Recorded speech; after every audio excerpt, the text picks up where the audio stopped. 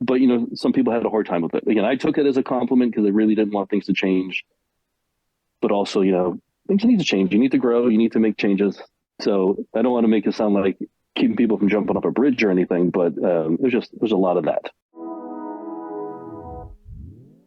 Hey, welcome back to the show. Today we have a colleague of mine, physical therapist and a previous practice owner, Michael Silva, who now is helping with coaching and mentoring private practice owners. But Michael, you caught my eye on LinkedIn. You've been posting some pretty cool stuff. We didn't get introduced. I just cold messaged you. I was like, hey, I like the things that you're posting. I want to get you on my show. And you had almost four locations. We're going to get into it, but you sold those locations to I don't know, maybe like a medium-sized corporate. Maybe we'll get into that. And now you're coaching and helping practice owners. So I wanted to get you on here to tell your story. Why don't we start with like maybe a brief bio? And I would love to kind of hear your story from opening your practice, growing it over time. I think it was a pretty decent amount of time, up to 3 locations, almost the 4th location, and then you decided to sell. When you kind of get into why and the timing, and I don't know whether the market was frothy at that time. It was fairly recent in the past couple of years. Just wanted to do like a brief little intro there. So, Michael, welcome on the show, and catch the audience up about your origin of the practice origin story and all that. Sure, great. Well, thanks for having me. It's a pleasure to be here. But I have to correct you. The first time you reached out was to tell me that I looked like Kenny Loggins. That's you correct. wanted to make sure you told yeah, and you wanted to make sure you told me that was a compliment, not an insult. Yes. and then it was then that was like the rest is history, as they say. But anyway, well, yeah, thanks. It's glad to be here. I'm glad to chat about whatever comes up. So yeah, I started my practice officially in 2003. I started building it about 2001. So I graduated from PT school in 98. 3 years into my career, we didn't have this term back then. I'm much older than you. So in 2001, I started getting burnt out. I didn't even know what burnout was. I wasn't happy.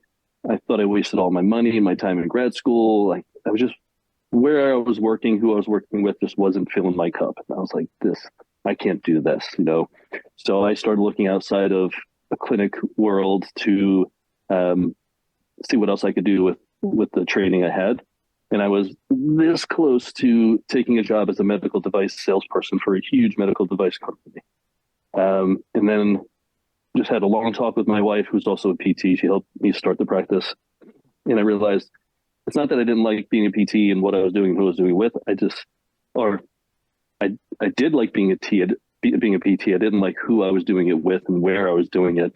And I really needed to do my own thing. And I realized at that point that I'm a better captain of a rowboat than a deckhand on someone else's yacht. So I went all in 2003.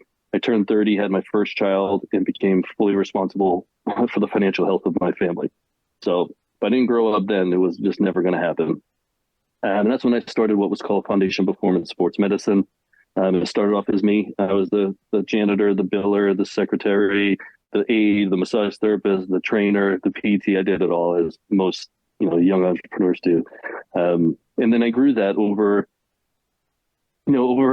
20 years. I went from one location as being like a solopreneur, which is what I intended to do. And it was also a cash-based practice back then, which wasn't really popular. I didn't want to deal with insurance companies. I didn't want to have billers. I just didn't want to go down that route. But then realized after another talk with my wife, she's like, you know what? We're doing okay, but we're sending a lot of business elsewhere. Why don't we maybe start accepting insurance and see what happens? So we started doing that, turned into an insurance-based clinic, still more of a hybrid, but really insurance. The majority of our payers were third-party insurers. And then the floodgates opened and grew that practice. Opened my second site, probably I would say 6 years into it, opened the second site over the border in Massachusetts. The first one was in Rhode Island. I basically went there out of necessity because I needed, at the time, there was these cross-border referrals that we needed if I had a Massachusetts client that wanted to come see us in Rhode Island, and it just got difficult. I'm like, you know what? I need a Massachusetts zip code. So that necessity brought me over there, and it was great. That turned out to be one of our best clinics, depending on the year, productivity-wise. So it turned out to be a really good clinic. Then I opened the third clinic back in Rhode Island when my wife, after our children were older, my wife wanted to get back into the world. So she had started and opened and managed a clinic near our hometown here in Rhode Island. That was the third. We opened a small group training gym associated with that, got rid of the small group training gym a few years later, and was about to open my fourth. I started entertaining the fourth right when the pandemic hit. And during the pandemic is when I seriously started entertaining offers of selling. And I was about to open that fourth office in Rhode Island. So we would have three in Rhode Island, one in Mass, when I decided to sell. And we did end up opening that office as part of the new corporation, not as Foundation Performance. Got it. So that was a really long story, hopefully in a short enough amount of time. I was just about to say you just did, an efficient, a professionally efficient recap of 20 plus years. So I appreciate that. A ton of questions in there. So when you guys were originally cash-based, this is one thing I've heard from colleagues and friends that are cash-based. Maybe they're solo, maybe they have one other PT or another therapist. You were cash-based only originally. And I'm curious because like some of my colleagues have this question of they don't have a biller, but like they get to the point where they're so busy, they don't want to like be charging everyone's credit card. Maybe you have the therapist charge the patient's card in person at the time of service. Did you have was it that approach? Was it some admin person that was charging the credit cards and sending the receipts then? Or was it literally like cash and check at that time? Or like how was that arrangement? So I'm going to date myself here. So this was way back when, and it was mostly cash or check. I don't even think at that point we were accepting credit card yet. So cash or check only, paper charts, paper records, paper schedule. I think around that time I got a Palm Pilot. Do you know what a Palm Pilot is? Yes, I do. I do. Yes. Right. So I'm 37, so I have seen a Palm Pilot. Yes. Well, you look like you're 21, so it's hard to tell. So yeah, but that was like the first technological advancement I brought into my businesses, and I had kept track of my AR and my contact schedule, everything on there. So it was really basic until we decided to bring in the insurance and put on our big boy pants and really start doing things the right way. I shouldn't say the right way. That was the right way for us, but as we grew, we had to do things differently. Now, this is random. The Palm Pilot, wasn't the Palm Pilot the one where it had like its own like alphabet, like different characters and just like a traditional R, or I don't even remember the letters, but it was like almost like half hieroglyphics, half the alphabet. Yes. Yeah, because it was like a swipe that looked kind of like an R, but you had to swipe just like, so you had to learn a whole new language. Yeah. Yeah. It was, and you needed the little stylus that came with it. Yeah, it was an interesting time in technology when that all that started to evolve. Right. Okay. So, like I said, that was a hell of a recap efficiently over the 20 plus years. So a couple of those locations, a lot of the owners that watch this channel, like they want to learn about other stories, right? So like owners don't really hear about these stories unless it's like over a coffee or a beer, like at PPS, or, at a conference or something like that, where there's like other owners, but otherwise, like there's not a lot of these stories or interviews online. So I appreciate you just kind of being open to talk about this. And I guess, can we fast forward to the point where you had the 3 locations? Were you approached by just this one buyer, or was it you were approached by several? Like what was it at that time that made you even consider to potentially exit or sell? Sure. So I started getting approached earlier there was only 1 or 2 companies. I think I only had 1 or 2 offices at that time. And just, when doing the valuation of my business, there was no way I was ready, or it was ready. I was only in my 40s at the time, but I started getting a lot more right around 2019, right around the pandemic. There was a lot of money out there, and people were hungry, right? As you know, in the business side. So I probably had 6 different companies that approached me and that I entertained, and it was a little overwhelming, because everyone was slightly different. The package, or how this whole transaction was going to take place, was slightly different. Everyone had a little different expectations of me as the owner, what they wanted from me during this process. So I had an agent that I used, was in my back pocket the whole time, translating everything. Thank God, because I was learning a lot. but yeah, so I had quite a few that were interested. And you said an agent, like an advisor or broker, or just like a colleague? Advisor, yes. No, no, it was he. That's what he does, M&A in the healthcare world. So he was extremely helpful translating. I knew enough. My business acumen was great enough as a small practice, private practice owner. But when we started talking about earnouts and all these other terms, and then all the legal ramifications and the non-competes and all these things, so obviously with the help of my lawyer and the broker, he really just helped me figure out what each package was actually going to mean for me moving forward, which was hugely helpful. Got it.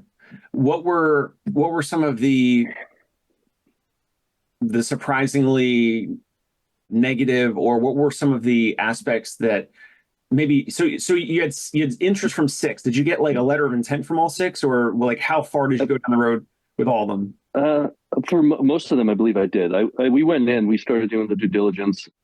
I didn't get really deep, obviously, until I sold to the company that bought me. But there was letters of intent. They were diving into my numbers. We had several meetings.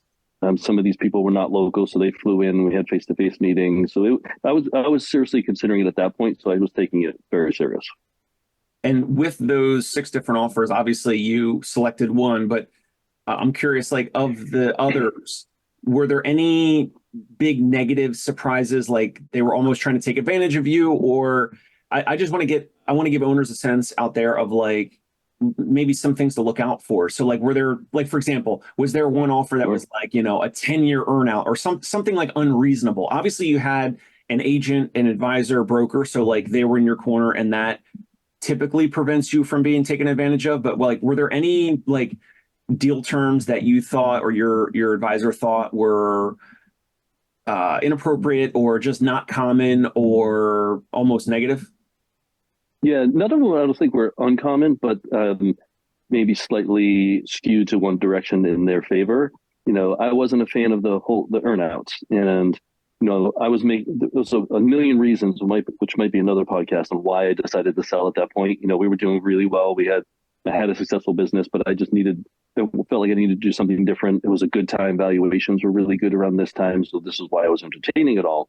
But one thing I didn't want to do, I think I mentioned it earlier, that I was enjoying being the captain of my own rowboat, and I realized I might not be a great deckhand on someone else's yacht.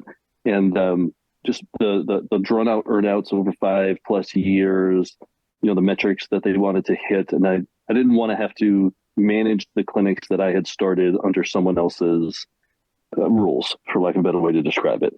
So they weren't. I mean, of course, with all these transactions, everyone's trying to get the business for as little as possible and control it as much as they can. I'm trying to get as much as I can and not want to be controlled. So we had lots of conversations, but nothing was actually negative. It was all just, it was stressful. One thing and I talked to people who've bought and sold practices here in my town. I have a lot of, very successful VC guys and entrepreneurs. And thankfully they're friendly and advise me, and I would talk to them about some of these things. And it was just, so it was nothing negative. Everyone's trying to do what they need to do. No one, I never felt I was trying to get taken advantage of, but through talking with my team, realizing what this actually meant when, you take it line by line on what this earned out 5 years, the non-competes, everything, just having someone translate all that for me.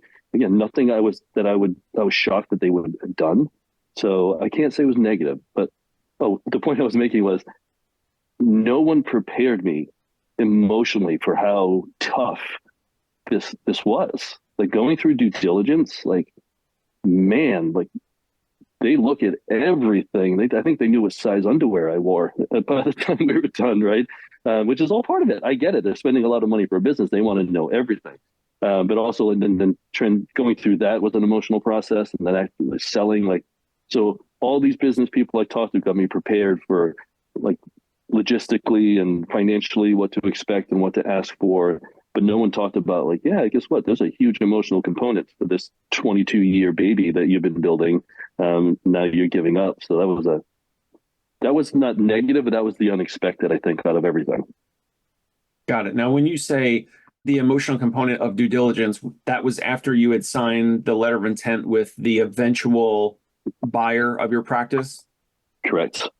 So with the others, like you just kind of do like preliminary due diligence, but like it's not too invasive. Maybe you can correct, but you sign an NDA with all of them. Maybe they look at your tax returns and some of your P&L and income statements, some high level documents, but they're not digging through everything. No, not until we entertain like seriously with the buyer. Correct. Got it.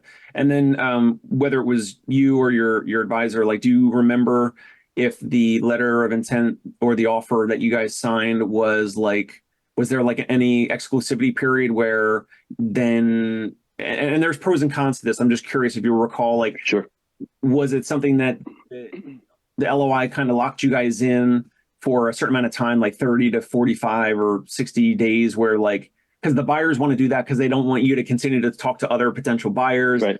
Both sides want to be like, you want to show your strength, but they also want you to like not talk to the other girls at the party, right? They want they want your attention. Was they wanted to go home with me, is what you're saying? Exactly. So do you recall if there was any exclusivity period in that or no? I believe there was. And to be honest, it was such a blurry time. And that was at that point, I had made the decision of really like dancing with this party. And I was fine. I think there was one. I don't remember the details. It wasn't a turnoff for me. So I'm like, no, this is what feels best for me. I'm going deeper into the process than I have with anyone else. And if they need 3-4 months, whatever, it was fine. It was actually a stress relief because the preliminary conversations, the LOI, everything was making sense. And everything just out of all the deals we were considering and all the other just conversations that we're having, it felt the best. So I was moving forward. It wasn't a big deal for me that they had this time frame where I couldn't entertain other offers. Got it. And how about the transition? Did they require you to be there for 6 months, 12 months, 18, 24 months? Was there a specific number of months that they wanted you to continue to be there in person to kind of steady the ship during the transition? Yeah. So without getting into too many details, I planned on being there for a while. So there was things that we worked out in the contract that, how long they wanted me to be there, how long I wanted to be there, because it's a huge transition. And I think people listening, if they're considering it as the owner, if you just like take off and leave your team there, it's not good for the buyers. So obviously they want the owners around.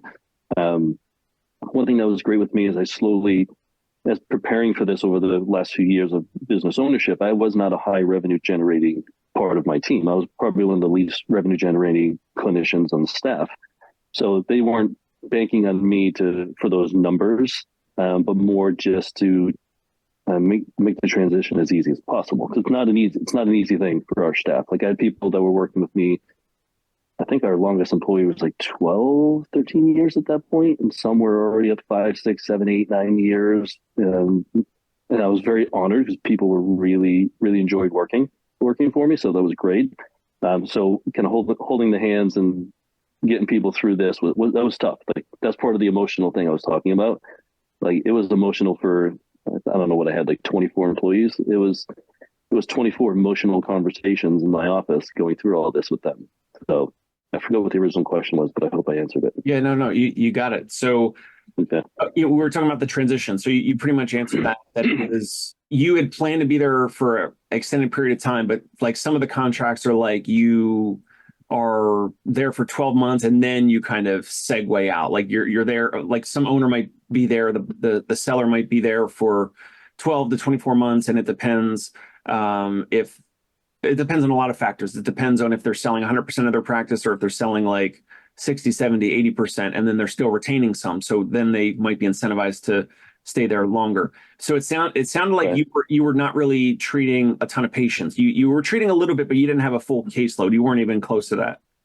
No, not even close. And during this process, everyone was short-staffed around this time. So I knew I was expected to continue to treat some patients at a certain extent. We were opening that 4th office, which we ended up opening under their name. So I think it was the 21st or 22nd office. So I had other roles and plans on helping to grow the business with other things. So There were some of these deals that when I looked at it, they're like, no, you're with us for 3, 5 years, whether you like it or not. The company I ended up selling to, I knew the owner and CEO for years. It's a Rhode Island based company.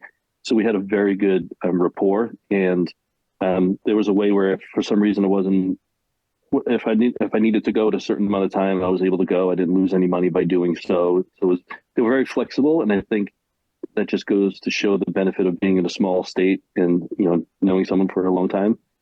Yeah. So I'll just talk about this.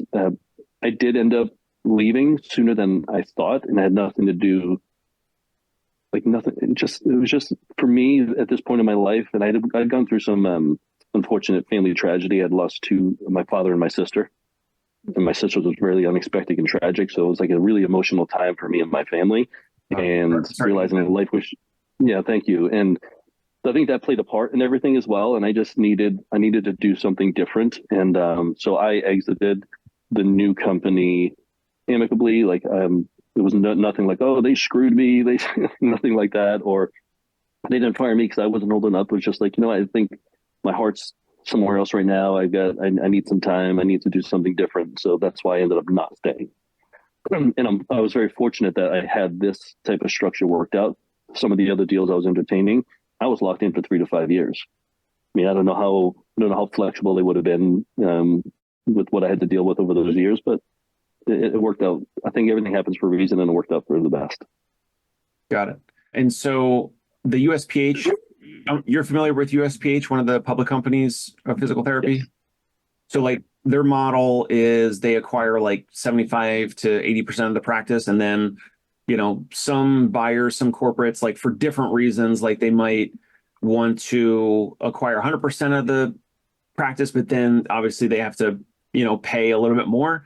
And then like USPH, they want to buy 75 to 80% of the practice in that range. So then the practice owner stays indefinitely. They might make maybe the same salary, but then they're keeping 20 to 25% of the equity. Maybe USPH buys it later down the road. Maybe they don't. In terms of your deal, I don't know if you're comfortable with it, but like, was it like 100% buyout, or was it like you still have some equity and some ownership in the practice, even though you're not there? How comfortable am I sharing things? So they bought it out fully, but I was actually part owner for a short time. So when they bought my practice, I had part of it was paid in cash, part of it was stock in the company, and I was part of their leadership team. And then when I transitioned, all of that, the stock I got all of that back. So I do not have any stake in the company. And I did have other, like you're mentioning, there were opportunities where people wanted to buy a percentage. Some did offer they wanted it at 100%, and I would get a decent salary and stay on for X amount of time. So yeah, I think I can't remember the specific companies, but almost every iteration that you could think of these deals, I think I entertained and walked and danced with along the journey. Got it. And it's great to bring it up because like I want owners to know that, I mean, some corporates are like, this is the offer, take it or leave it. But I'm glad you highlighted that and you brought it up because I want owners to know that there's a ton of different deal structures out there. Like you could sell 60 or 70% and stay along for the ride. And then maybe that buyer, maybe that corporate wants to buy you out the rest of the way in 3 to 7 or 10 years down the road. Then that equity maybe has grown and appreciated. And like you get a second bite of the apple potentially.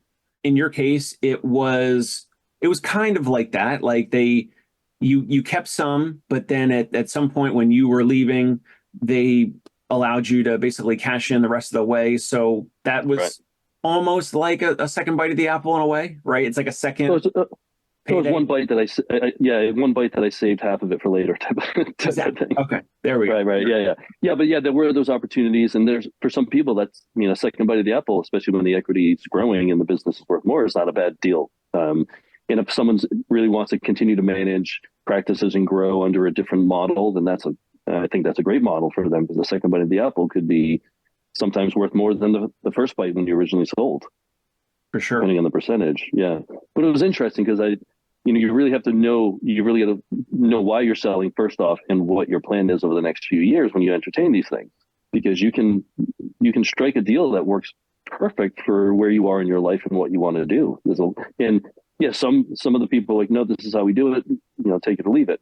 Some practices they want you to keep the name. Because they see the value of the brand that these local people are building. So there's a lot of even here in Rhode Island, there's a lot of practices that still have the original name, but they're VC or corporate owned, but no one knows that. They're just kind of powered by the corporation behind. There are some like, no, we're gonna take it, we're gonna heat it up, and we're gonna rebrand, and we're gonna turn it into one of our clinics. And I think there's pros and cons to all those situations for them and for the seller as well. I want to come back to the rebranding. Okay. When you were talking about the emotional process, when did you tell your staff? Did your staff know this whole time, the past several years, that you were looking at potential offers and deals? That's another point that, again, I love to talk with owners like you, and I truly appreciate your openness about this, because there's other practitioners watching, listening, or in the future where they can truly get some insight of, like, in the trenches, what are either best practices or what might be best for the team and the owner. So with your situation, you had 24 employees, you had obviously you've done a ton, which might even be another episode about like leadership and culture and morale and all that, because if you had therapists staying for 8 to 13 years, you're obviously doing a ton, and you did a ton correctly, and you did it well at that time. Buyers look at that, by the way, and they're like, wow, this is obviously something that's appealing, because it's not a revolving door of employees. So you kept employees a long period of time. It also factors into when a practice owner might mention to them that they're looking to potentially sell. So was it around the time you signed the LOI? Was it not until the closing date when the money hit your bank account? Like, when did you tell all your team? Great question. And again, it was such a blurry time. I've got to know exactly. So it was hard, especially the people that were working with me for a while. Like, I consider them family members. We went through a pandemic together. Like, we were more connected as a team than ever when I did this. But what I had started preparing myself for this, I went through, I don't know if you know the Goldman Sachs 10,000 Small Business Program. Yes. So I went through that and learned a lot more about business. And then through this process, I started thinking about my exit strategy. At that point, I had no intention of selling. I was there just to improve my business acumen and run a better business, become a better leader. And I've done that a few different times throughout my career, just bettering myself to help better the business. But it was around this time, like, all right, I got to start really thinking about this and preparing myself, which is when I started pulling myself out of the business a little bit more, working on the business, working even more on the team, more on the culture, more on the client experience, all these things. Sorry, I went off on a tangent there. So then I'm starting getting these offers and these emails and phone calls, and I'm having more and more meetings. Again, this is now into the pandemic. I kept everything to myself because I didn't want to scare anyone until I knew that this was definitely going to happen. Because I remember the first meeting, I'm like, no way in hell I'm doing this. I don't know why I'm considering it. No, forget it. And then I get another call, and then they give you the little tip of the iceberg. This is what we're thinking about. Like, this is what we can do. I'm like, oh, well, that's interesting. Let's talk a little more. Then so after I danced a few times, and then when I started having serious conversations with the company that I sold to, I was like, okay, it felt the best for me because it was more of a local company. It was familiar. The future plans of the company that bought me, I was in. I liked. Again, I knew the CEO and owner, so it all just felt right. So once we really got into it, I don't know the exact phase, but it was pretty much a 99.9% that this was going to happen. And we talked strategically, their team and myself, like, how are we going to do this? How are we going to announce it? And then I went in person and had a meeting at every clinic and announced it. I talked to the managers like 2 or 3 days ahead of time, just so I didn't want to leave them. I wanted to give them a little prep so they could start, and then coaching with them on how to handle certain questions. And then that's when it got really emotional, to be honest with you. Like, and again, I took it as a compliment. No one wanted things to change because they really liked what I had built and what we were doing. And I didn't realize how special and how much they loved it until I told them that it's going to change, So there were some really tough conversations, Dave. Like, I had to really be there for quite a few of these staff members. Some of them were fine. They're like, oh, whatever. Okay, we get it. Just tell me what I need to do. Some wanted no part of it and left right away. And some were just were there, and I was trying to hold their hand. The people above us did the best they could to like transition slowly, but it's emotional. Like it is like there's no other way to describe it. It's not like a breakup or a divorce, but it was a change. Change is hard. So that's when it really like that's when I say like no one prepared you for that. Like I can't tell you how many phone conversations till late at night I'm having with people, meeting them, talking to them. So that's when the emotional part of it started. Got it. And not all of it was bad emotion, by the way. Some of it was excitement, but some people had a hard time with it. Again, I took it as a compliment because I really didn't want things to change. But also, things need to change. You need to grow. You need to make changes. So I don't want to make it sound like I'm like keeping people from jumping off a bridge or anything. But there's a lot of that. A lot of they didn't know what to expect. Sure, of course.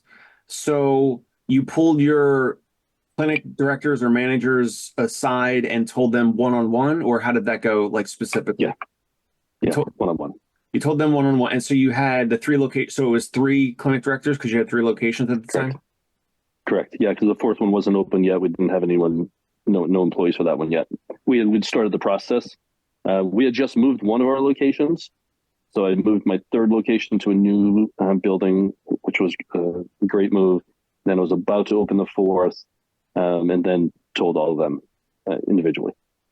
Got it. And then the next step was, did you tell everyone in person, like at a big group meeting, or did you go to like each location and have a meeting of all the staff at each location one by one?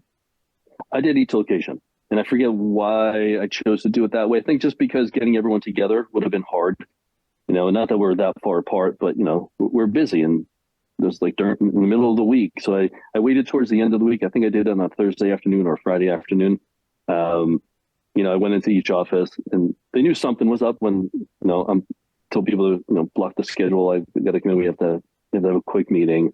So I spent the afternoon within 3 hours. A little bit more, but I spent about an hour at each office talking the news, and then thousands of hours over the next week or so, just talking to people. Got it. Wow. Okay. So you said, so you had 24 you had 24 employees at the time. And like when you sold, what was the FTE number? Like how many full-time clinicians would you say? Yeah, like everyone, we were short-staffed at the time. So it wasn't up to our optimal FTE, but I don't carve it in stone, but I'd say we had around, not including me, I think we had around 12. Okay. I believe. Got it. Yeah. 12. Yeah, it's a little blurry, but I'm 12. No, I mean, I'm not pinning you against a certain number, just curious. Okay. And then, so without mentioning names, like you said, some people left right away. So was that some therapists, some front desk or administrative staff? Like, again, it's not a big deal one way or the other, but I think owners are to hear the step-by-step of like high level, how you approached it and what happened. Right. What was it? Was it all therapists that left? Was it half therapists and half admin front desk folks that left right away? Yeah, it was a combination of both. And, I feel that I wish they would have given it more of a chance.